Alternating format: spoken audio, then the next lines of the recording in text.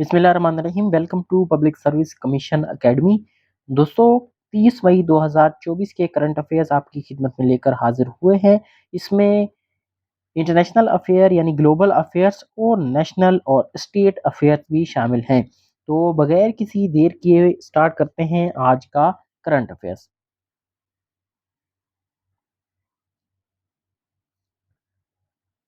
United nation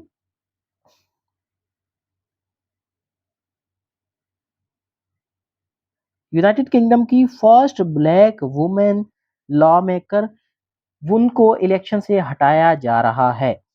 उनका कहना है Britain first black women lawmaker Diane Abbott का कहना यह है कि उन्होंने एक स्टेटमेंट दी थी कुछ साल पहले, जो कि ज्यूज और इसराइल के बारे में और रेसिज्म के बारे में उसको लिया गया है, और इसलिए जो अपोजिशन लेबर पार्टी से इनका ताल्लुक है वो इनको हटाने जा रही है, इस इलेक्शन से रोकने जा रही है, और कोशिश उनकी यही है कि ये इलेक्शन ना लड़ सकें।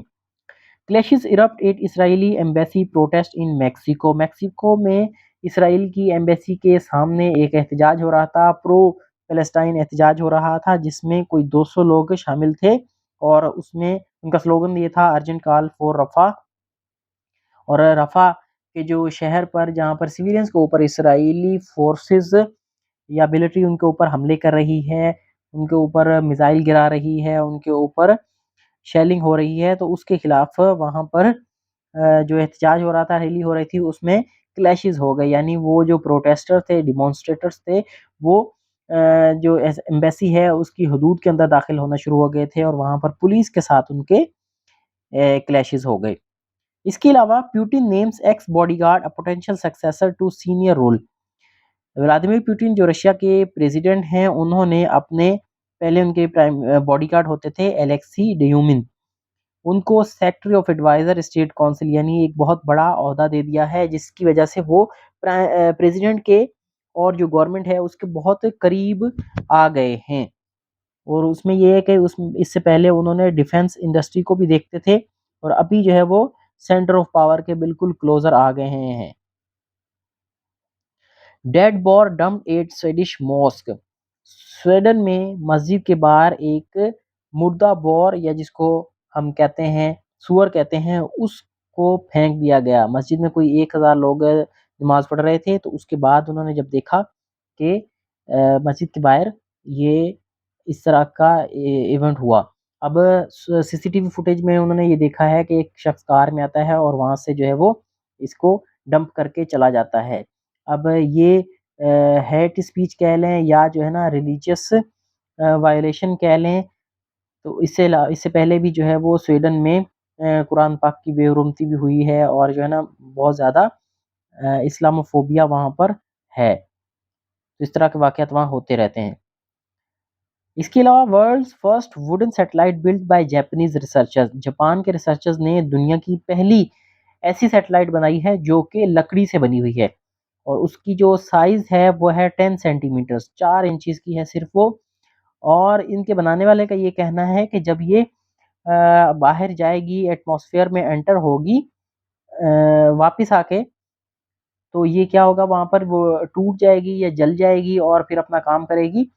बाकी जो मेटल की होती हैं वो बिल्कुल ख़त्म नहीं होती, और वो जब वापस आ जाती हैं तो हमारे माहौल में वो आलूदगी फैलाती हैं।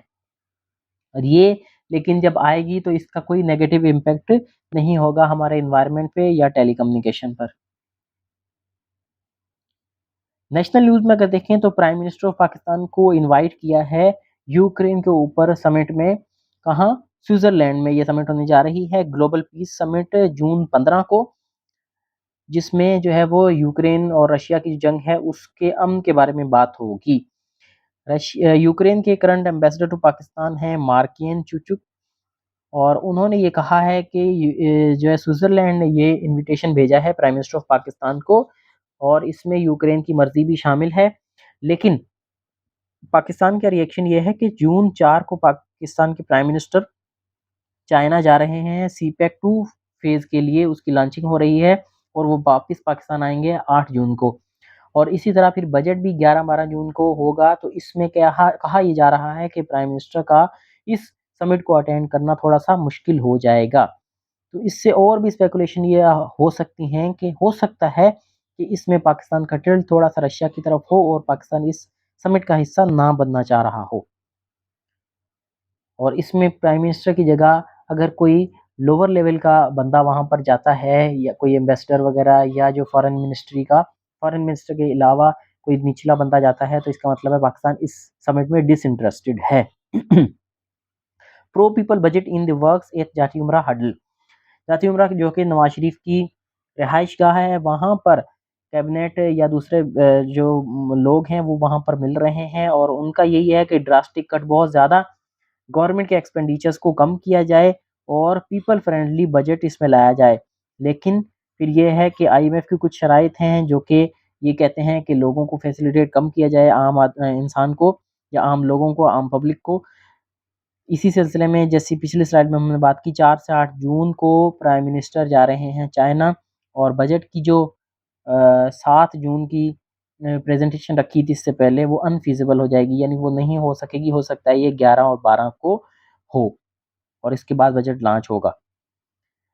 ADB announce $180 million project for coastal areas of Sindh. इस एशियन डेवलपमेंट बैंक ने सिंध के जो कोस्टल एरियाज हैं, साहिली पट्टी के इलाके हैं, वहाँ के लिए $180 मिलियन का प्रोजेक्ट लॉन्च किया है जिसमें जो है कोस्टल एरियाज ऑफ ठट्टा, सुजावल और बदीन शामिल हैं जो कि रिसेंटली फ्लड्स और बरसातों की वजह से मुतासर हुए थे। Sindh minister of irrigation and food Jam Khan Shoro ने ये कहा है कि इसका मकसद है कि कोस्टल एरिया को बचाया जाए, वहाँ के लोगों को रोज़गार के मौके फराहम किए जाएँ, लोकल पॉपुलेशन को और उनका जो एनवायरनमेंट है और इकोनॉमी है उनकी उसको सस्टेनेबल बनाया जाए ताकि वो वहाँ पर गुज़र बसर कर सकें, रह सकें, आमदन अपनी कमा सकें, रोज़गार कमा सकें। इसके अलावा मोटरवे पुलिस, सिंध पुलिस के कोर्सेज़ हमारे क्रैश कोर्स चल रहे हैं, आप उसका भी हिस्सा बन सकते हैं। फिलवक़्त इतना ही। आपका कोई भी कमेंट है, आप कोई भी क्वेश्चन है, आप हमसे पूछ सकते हैं कमेंट सेक्शन में। व्हाट्सएप नंबर नीचे दिया गया है, इस पर आप राब्ता कर सकते हैं। फिलवक़्त इतना ही। Thank you very much.